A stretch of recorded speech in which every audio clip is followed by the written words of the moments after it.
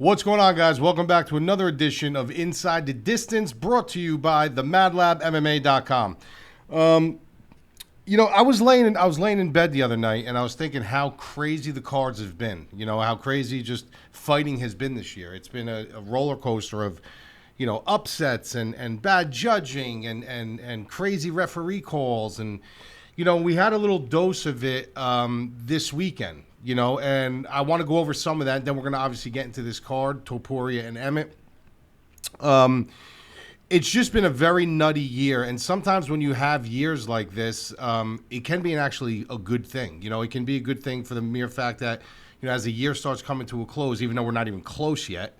But if these things keep lining up and notes are taken, these are all things that kind of can be fixed. You can't throw out hypotheticals and say, well, what if this and what if that, and they never happen, but then you expect them to be implemented and put in place. They actually have to happen in real time for people to really notice them. We all know the hypotheticals. We all know things can happen. We all know referees can be put in situations they've never been put in before, or put in a situation where now the world is watching and there's a better way to do it. So it's got to kind of happen in live time for these things to happen. So I just hope people are taking notes, not us, not the fans, not the media, but the hierarchy are taking notes to figure out ways how can we, make things a little bit better. Whether it's the judging, whether it's a situation that happened last week in the Lawrence fight. If you guys didn't watch that Lawrence fight last week against Argueta, he came out. Argueta had clear control of the round. Put him in a guillotine, got top control on him, and it looked like Lawrence had his hand out like he was going to tap. He wasn't going to tap. And then what happens is Keith Peterson grabbed his hand, and when he grabbed his hand, I think that the pressure from Lawrence fighting his hand this way, when he let it go, it went down and it tapped, and he thought it was a tap, and he peeled him off, and Lawrence was like, what the hell's going on?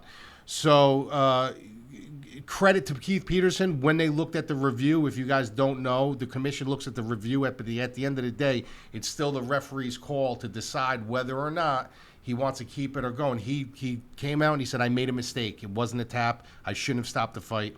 So it was a no contest. The problem I have with that is if you hit somebody with a low blow, okay, if you hit somebody below the belt, you poke somebody in the eye, they get 5 minutes to recover, their doctors come into the cage, they unlock the cage, they come into the cage, they're checking the eye, the referee keeps going back and forth.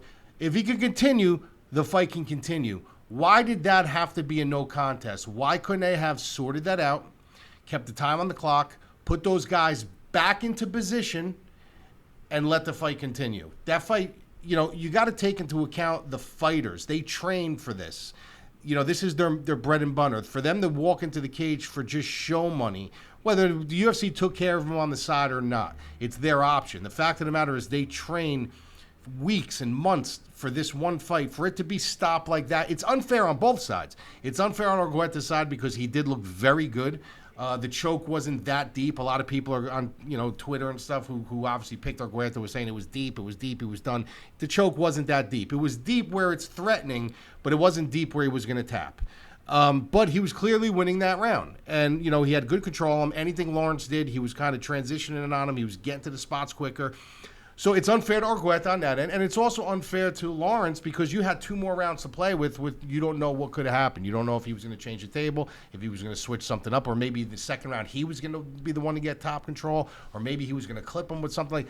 So many things could have happened in that fight. And for both of these guys to get that taken off the table, I think it was very unfair. So that's one thing I do think they have to fix. Like, why, if you can hit somebody low, and you get 5 minutes to recover, and everybody comes into the cage, and they're checking your eye, and they're wiping you down, and they're doing, and you could start. But if a situation like this happens, it's just a no contest. The fight is over. They should be allowed to get back into position with time on the clock in a situation like that, and let the fight continue. Something I personally would like to see changed.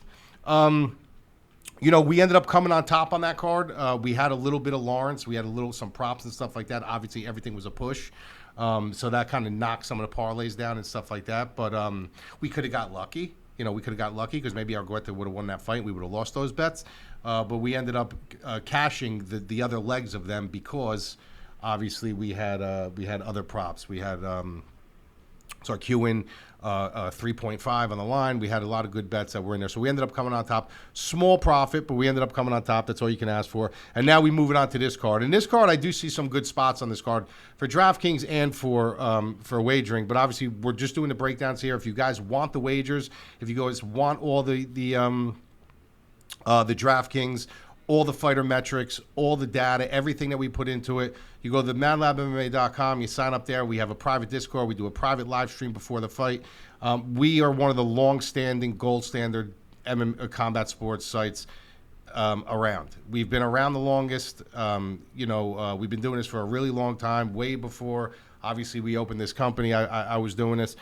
So we are one of the first branded companies to come out and just specifically gear towards combat sports. We are also probably one of the only companies that does boxing as well. There's a lot of boxing coming up, so I do all the breakdowns for that. There's a lot of great fights coming up. Fulton and Inoue, obviously Spence and Crawford. So a lot of great fights coming up. So if you want to check that out, the MadLabMMA.com. I'm sure you'll have a great time. Even if you just want to learn, you want some good breakdowns. Our breakdowns and everything is probably the most in-depth that you will see in the industry. All right, so on this card, like I said, there's a lot of good spots on this card. And if you talk to my subscribers and stuff like that, a lot of them will tell you, he's very picky, choosy, and he's very, careful with what he does. And it's with right, because when I'm giving advice and I'm giving breakdowns and stuff, I understand the fight game, and I do understand that fighting is fighting. This is why you fight the fight. I don't care if somebody is a minus 1,100. I don't care if somebody's a minus 500. You fight the fight for a reason. Okay, and the UFC and the business and WBA, WBC, IBF, they all want a certain guy to win. They align some of these matchups for a certain guy to win, but at the end of the day, they can't get in winning for him. Look what happened in the Sarkisian fight. He got rocked against Neto BJJ. He literally got rocked in that fight, and he was a minus 1,300 in some spots. So what would have happened if Silva would have kind of followed up on that and finished him? Then it would have been down the drain. So did he end up winning the fight, pillar to post? Yeah, he ended up winning. But there was that moment where Silva, Neto BJJ, did rock Sarkisian and gave everybody who had him tied into anything a major scare. So, you fight the fight for a reason. So what I like to do is when I go through these fights and I break down these fights, I don't really look at the lines until I'm done doing the actual breakdown. I do the breakdown, and then I look at the lines, and I'm like, does Vegas agree with me? Do they not agree with me? I trust my eye more than the masses, and I trust my eye more than Vegas, even though obviously Vegas is super sharp. But if I see big discrepancies, then, yeah, I'll go back. But I'm a big film guy. I'm an old-school film guy, and I just believe in ripping film and ripping style. Styles make matchups. So when you look at this event, let's jump right into it. You got Topuria 13-0, Emmett 18-3. I was really, really impressed with Topuria in his fight against Bryce Mitchell. When he fought Bryce Mitchell, I was really expecting this kid to have some issues with Mitchell on the ground. I thought that Mitchell was going to be able to have that kind of, he's got almost like a 10th planet Brazilian Jiu-Jitsu style to him. It's very unchained. It's very unkiltered. His transitions, start in a certain spot and end in a certain spot. Very just off the cuff.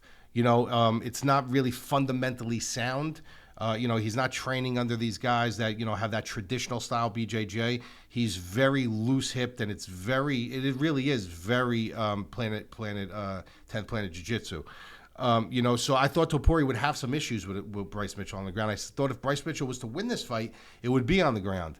And Topuria just ran roughshod through him. I mean, this guy literally took it to him from pillar to post, from beginning to end, and it seemed like Mitchell had no chance, no matter. He had no answer to any of the questions Topuria was throwing at him.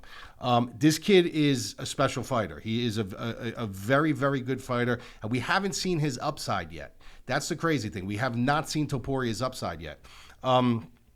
When you look at, and he's 26 years old, he's still young, he still has room to grow. He's got power, he's got speed, he's got pressure, he's got good grappling, he's got, tenacity to him. He'll bring a good pace, he'll dictate the dance, he'll do whatever it is you want to do, and chances are he's going to match you there.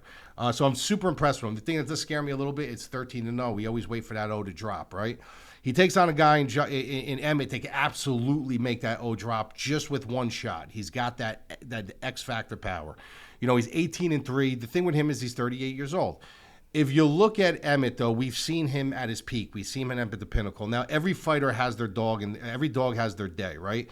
I feel like Emmett has had his day. I feel like Emmett has had his day. He's had his opportunities. He's had his big fights. He's also had his big moments. So how many more, moments is he going to have at 38 years old? He's on the wrong side of 30 right now. He's a genetic freak. The guy's a tremendous athlete. He's got, hell-bending power, good wrestling. He comes from a very good camp. He's a good guy. He's very disciplined. Everything marks a lot of the boxes, right? But at the end of the day, no matter how good of an athlete you are, no matter how genetically gifted you are, no matter how durable you are, no matter how powerful you are, you don't get better as you get older. You get smarter as you get older. You get more technical as you get older, but you don't carry this. You're not going to carry that horsepower forever. Power is the last thing to go, but it's the snappiness, it's the speed, it's the reaction time. It's all those things that as you get older, they start taking a little bit of a dip. Add that into the equation that he's been through a lot of wars. Like this guy has been in some wars. You know what I mean? So that takes away from the plate. It's just a fight to me where if Emmett is going to win this fight, can he win this fight? Does he have the capabilities of winning this fight? He absolutely does. Emmett can beat anybody on any given night, especially if he lands that one shot. I don't care who you are. I don't care how durable you are. If he lands that one shot on you, he's going to put you out. But the problem with me here is with him is that, it's getting to the point now where he's going to start dipping. He's not going. We've seen the best Emmett. I don't think we've seen the best Topuria yet. So there are elements in this fight. Now you're working with 25 minutes where he has 25 minutes to land that shot. It's very, very, very probable. Not probable, but it's very realistic that he can. If this was a 3-round fight, I say, you know what, Topuria's going to do what he does. He's probably not even going to give him the opportunity to dial in, figure him out, make an adjustment or anything like that. He's just going to finish him off. He's going to buy enough time in to win these rounds, and it's just going to be too much. Emmett's going to have to get a knockout. But in this situation where Emmett has 5 rounds to work, he just really needs to stun Topuria and shock him, almost like Silva shocked Sarkisian once. But Emmett knows how to finish. Emmett will come in, and Emmett will finish him if he sees him rocked. I just don't see it happening. I don't see it happening. I can't lean on somebody that has that one path where you guy in Topuria where we haven't really seen the best, like his ceiling yet, and he's good everywhere. And he really has Emmett's number everywhere outside of certain spots. So I do like Topuria here. I think Topuria probably by decision. Emmett is super durable. I wouldn't be shocked if he gets it finished, but I do like Topuria here to win the main event. This main card has changed a little bit. So I grabbed a couple from the main card, and I like 1 or 2 from the I actually grabbed one from the prelims. Because I'm really interested in that one. But the other 4 that I'm talking about, they were all on the main card at one point, and then they kind of shuffled it. So this really ain't the main card. This is just 5 fights on the card, most of them on the main card. Next one, Hebaz versus Barber. When you look at Macy Barber, this is a girl who, the UFC had super high hopes for, right? Like she came in, she was super, super young. Macy, the future Barber. Really, really good power. Where she impressed me was, I believe it was Roxanne Modafferi when she fought her, and she ended up like tearing something in her knee. And I was like, you know what, this is going to tell me how tough this girl is. Like, this is going to tell me if this girl would be willing to fight through adversity. And she did. She did not want to stop fighting. She was fighting injured. She will jump into a foxhole and she will fight with you. She does still have holes in her game though. She still has, holes in her game. She's a bully. Macy's the girl that she wants to be the bully in the cage. Now, if you look at her record, you'll see she's on a 4-fight win streak. That's a fall. That's technically yes, but in all actuality, no. She lost to Miranda Maverick. Whatever you want to think about Miranda Maverick, especially after her last performance, that's fine. But she absolutely lost to Miranda Maverick in that fight. She should not be on a 4-fight win streak. However, she's 25 years old. She's 12-3. She's got 5 KOs, 2 submissions. The girl does have upside. But there's something about the yes men around her. She's got a lot of yes men around her, and I was never an advocate for that. I was never a yes man. If I trained somebody or I was being trained or something like that, like I didn't want anybody yes. I want to know what I'm doing wrong. I want to know I had a crappy performance. I don't want anything like that, and I refuse to tell people that with anything in life or receive it back. I want the truth. And it seems like Macy's got a lot of yes men around her, a lot. But she is, without a doubt, a talent. She takes on someone in Amanda Ribas, 12-3, 29 years old, 3 KOs, 4 subs, black belt in Brazilian Jiu-Jitsu, black belt in Judo, much more well-versed, much more skilled, much more technical. She's been doing it a lot longer. She's more of a technically sound fighter than Barber, but to say she's more of a fighter than Barber is hard, because there's a big difference between being a technically sound fighter and being a fighter. You don't have to know how to fight to be a fighter. You have to have the heart. That's something that you can't teach somebody. You need that heart inside to say, I'm going to continue to fight. I don't care if my nose is broken, orbital is broken. I'm going to keep coming forward. So, Barber is a fighter, but Ribas is the more technically sound fighter. If you look at this too, you would think that Barber, being the bully, looking a little bigger, she would have the longer reach. She doesn't. She's actually in a 1-inch disadvantage in this fight. And this is why I think this works against Barber. Because like I said, Barber is somebody who needs to clear space. She needs to get inside. She needs to bully you, pin you up against the cage, throw firepower at you, make you feel her weight. And if she doesn't get that, her game kind of falls apart. It's just the way it is with her. Ribas is somebody that, yes, she's got a 1-inch reach advantage, but I'm not expecting to be a lot, because I think Barber's going to be kind of moving forward on her. But it's her game. It's the stylistic matchup that when Barber starts pushing forward and tries to be the bully, you got someone in Ribas who has a black belt in Judo, who can throw her, who can get on top of her, who can start using her Brazilian Jiu-Jitsu on top of her and really start maintaining some semblance of ground control, or just getting takedowns where Macy's got to get back up, and now she's got to freeze. She's got to think about it now because she doesn't want to get tossed again. So Ribas just has these tools that kind of blend in nicely with Barber's style. Why Barber bullies in, she has situations where she could do throws, and she could lock up with her in a clinch, and she could do inside trips, and she could do all these things where she's a little bit more seasoned than Barber in this spot. If it stays on the outside, if it stays on the feet, Barber does have an edge here. This is a girl who, if Ribas allows her to kind of push her forward, there absolutely can be an issue here. So I just don't see it. I think Ribas has her beat in the more important spots. I think in the certain parts of the round that matter the most, I think Ribas is going to be able to seal that up, whether it be a takedown at the end of the round, or just too much ground control. I just think she has her beat in more spots in this fight. So I'm going to go Ribas. I think it's going to be a super fun fight, but I got to go Amanda Ribas here. I'll go Amanda Ribas by decision.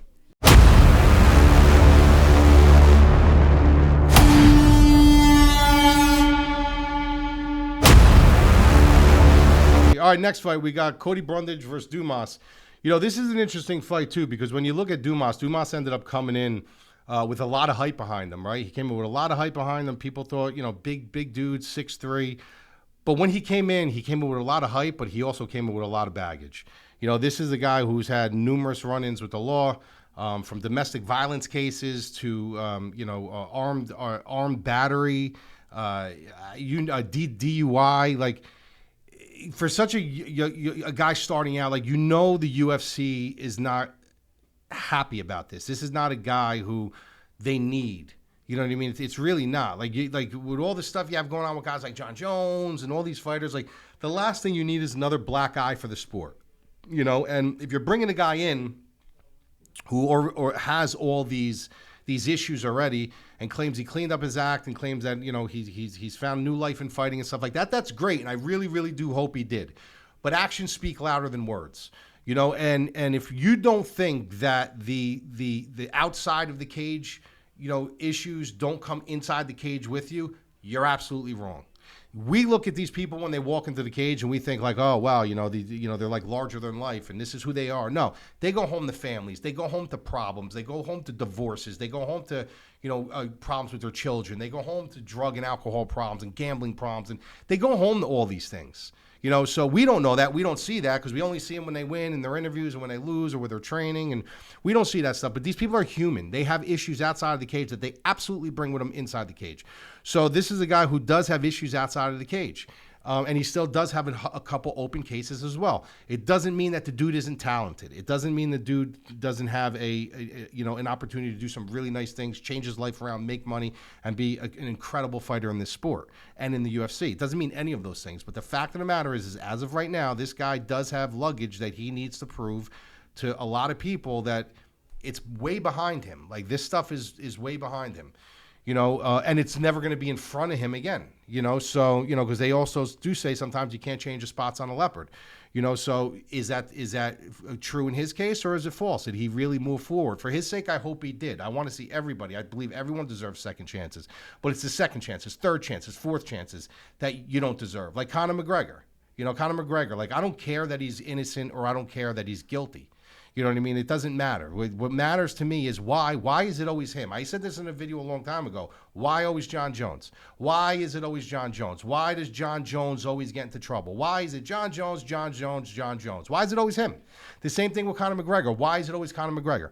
The fact of the matter is he was in a nightclub that night, right? He was in a nightclub. It doesn't matter if he forced her, didn't force her. Doesn't matter. Why are you a married man with another child on the way going to a bathroom in a nightclub and having the guards block it off with some random girl? What are you doing that in the first place for anyway? Really, what are you doing that you know that anytime you walk by, the camera comes out and people see you, you're Conor McGregor.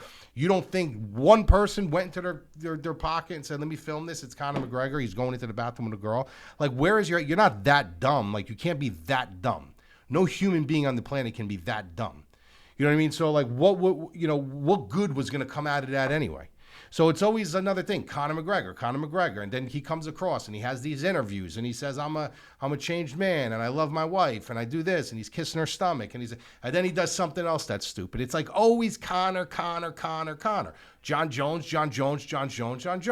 So let's just hope it's not Dumas. Not that he's on their level, but it's just an athlete that they would have to deal with, that they have to go through that stuff. So he fights a guy in Cody Brundage who, he's a tough kid. He's a tough kid. He's a grinder. He's a wrestler. This kid's going to be on your hips. He's going to take you down. He's going to, apply pressure on you. The problem with him is, and it was a little scary when he fought Olienchuk. He took him down, and Michel's legs were against the cage. His feet were against the cage. He was able to leverage himself off and switch positions and get on top of Brundage. And when he got on top of Brundage, he was able to secure top position on top of him and finish the fight. So that's something with wrestling. When you look at a wrestler, like sometimes they say like a wrestler doesn't like to be on his back because they become a turtle in a shell. It is actually very true. A lot of wrestlers, they are so used to getting top control, they do not like being on their back. You put them on their back, it's like a fish out of water. That happened to Brundage in that fight against a guy who's ultimately a striker. He's not a wrestler. So that scared me a lot, because if Dumas gets a situation like that, or he's a much better athlete, he's longer, he's much more wiry, he's a better wrestler than Michel. If he gets in a situation like that, then he's definitely going to turn over position and he's going to get on top of him, and God knows what will happen then. So, it was scary to see that. But like I said, I haven't seen enough from Dumas. All I know is Dumas came in on his debut against Fremd with a lot of hype behind him, and he completely crapped the bed. He did. I mean, he did not even, and he came a sizable favorite. He did not look like he even wanted to be there. He looked afraid.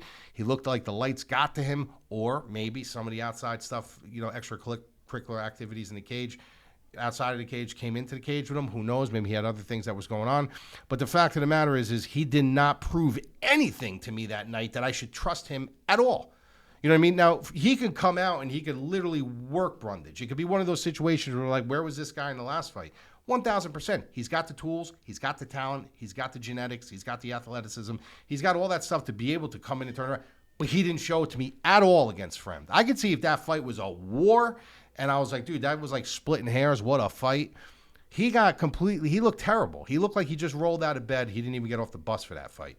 So I don't know what to expect from him. Like I said, I'm expecting either, Brundage beats him, just by, grappling him and taking him down and getting more, or Dumas maybe comes out and just destroys Brundage. Like, that's how flipped I am on this fight. But I got to go with Brundage. He showed me more. I know that thing with Michel was a scare, and it showed me that, like, God forbid this guy goes on his back with somebody that actually knows how to grapple. He's gonna have a trouble. He's got to stay in top control. Especially it was in a situation where he had his back, and he was able to push off the cage and reverse it that way. And that was that. So, but it's just a fight. Like I said, Dumas didn't show me much at all in his debut. Brundage, yes, he's lost. He's lost to Michel, and he lost to Rodolfo Vieira, which I don't put much stock into. I mean, how many people don't lose to him if you're going to decide to, a grappler versus a wrestler or a grappler versus a grappler? Not many people are going to out-grapple him, outside of that one outlier in Fluffy Hernandez, because Vieira was completely gassed to the gills. My sister could have friggin' choked him out.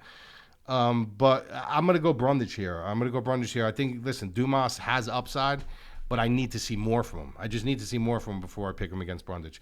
All right, next fight is Onama versus Santos. This is a really interesting fight, and I have no idea. After I broke this down, I was expecting this fight to be, close to a pick'em. Maybe Santos a little bit of a favorite, but I had no idea that Vegas had this guy well over a 2-1 dog. I think that is extremely insulting to David Onama. This is a guy who literally came out. Into on short notice against was it Mason Jones? I think it was Mason Jones, and he put on what a fight. I mean, what a fight him and Mason Jones put out, and everybody was super high on this kid. I mean, super high on this kid. Then he wins 2 fights. Gabriel Benitez, he beats somebody, and then he loses to Nate Landwehr, in a great fight. I mean, what a fight that was. He did show situations in that fight that I'm concerned about, and I will show you. But what a fight that was. I mean, what a fight that was. And now, coming against a guy who's coming off a loss to Leron Murphy, who he should have won. Let's be honest. Santos should have won that fight in the split decision. But he is still coming off a loss, a debut loss. He's 0-1.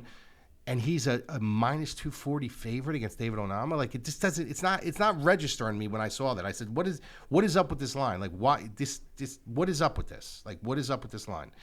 So after I did further review, and I'm thinking to myself, all right, what can be baked into this line? What are they seeing? What's baked into here that is, So the few things. One thing is you obviously have the whole James Krause situation.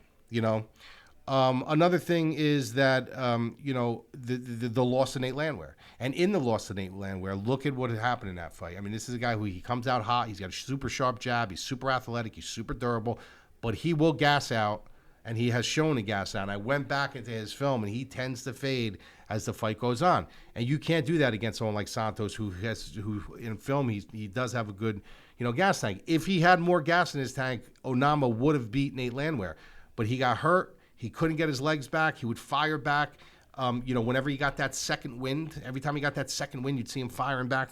Then he'd lose it again. Then he would start firing back. That's what made it a great fight. It was a fight of just ebbs and flows, But he's the more technical striker than Nate Landwehr. I think he's an all-around better fighter. But Nate Landwehr came with a gas tank that night, And Onama lost his gas, and he lost a split decision. He paid for it.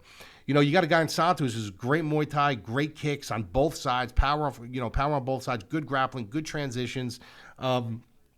Really should, I believe, honestly, and I picked Leron Murphy in that fight. I do think that Santos won the fight.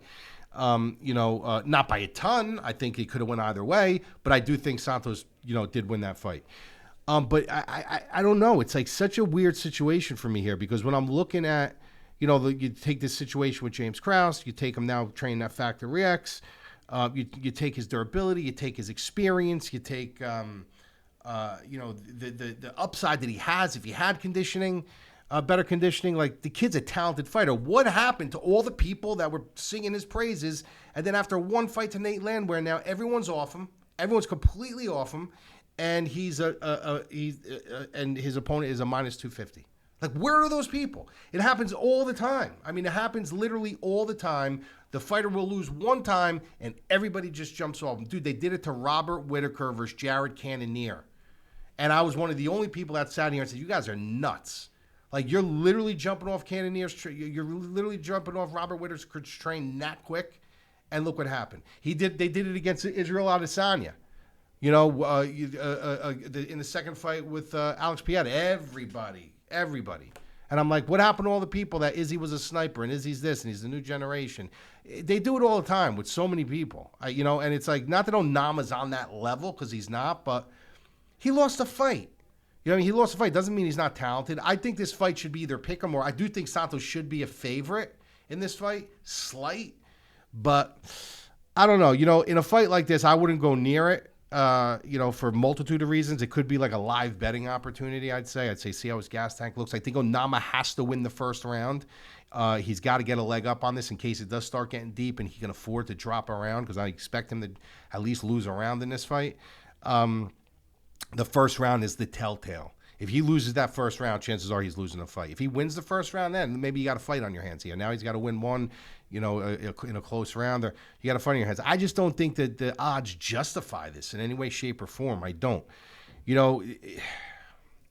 I'm going to take a swing on Onama here. Like, I'm going to go against the grain. I'm going to swing. I see Santos. I see a clear path for Santos, especially with the conditioning, especially with the, his solid striking, carries his power through the fight. But I think people are sleeping on Onama a little bit. I think they tend to forget about guys a little bit. He's had some time off. You don't know what he's been doing. Maybe he did correct his conditioning and stuff. But at the end of the day, the dude is talented. He is training, with good guys, behind him. Maybe the whole thing with James Krause was stressful on him. Maybe he didn't know what was going on in the gym. But, who knows? You really don't know the dynamics of what happened. Fact of the matter is, he didn't get in trouble. He wasn't involved, but he was still in those surroundings. Who knows who talked to him? Maybe there was pressure on him. You don't know. Like, you really don't know what was happening outside. But I like him. I think he's a talented kid, and I'm not willing to give up on him just yet. So this will be like my spot to say this is do or die for him as far as how confident I am with him going forward. So I'm going to give him the benefit of the doubt. I'm going to give him the nod. I'm going to go Onama inside the distance. Maybe we'll catch him with something. All right. Last one on the card. What I'm going to do is I'm going to take this one, Tabitha Ritchie versus Jillian Robertson. I think this is actually a really, really good fight.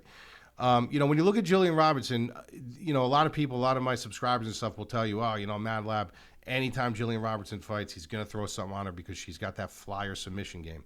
She does. She's got a very good submission game. And, the thing with Jillian Robertson that I can't stand is she just has never progressed. And when you got someone like Din Thomas in your corner, who your black belt is under him, and you got such a close relationship, like, he's a smart guy. He knows about fighting. He's a great grappler, but he's a very good mind in MMA. Why isn't he putting her Brazilian Jiu-Jitsu down for a little while and working on her striking? Like, she needs striking and she needs a little bit better wrestling. That's what she needs. And she just hasn't worked on it. She relies on her grappling. She relies on getting you to the floor. She relies on all these things other than wrestling you to get you there, her striking, range management, and distance. Everything is grappling. It all boils down to the grappling. If she cannot get you to the floor, the chances of you winning that fight are very high. 28 years old, very young, a lot of fights under her belt, a lot of experience for her age, 1 KO, 9 submissions. She's on a 2-fight win streak, Rodriguez submission, Agapova submission. Like I said, I'm a big Robertson fan. I like her a lot.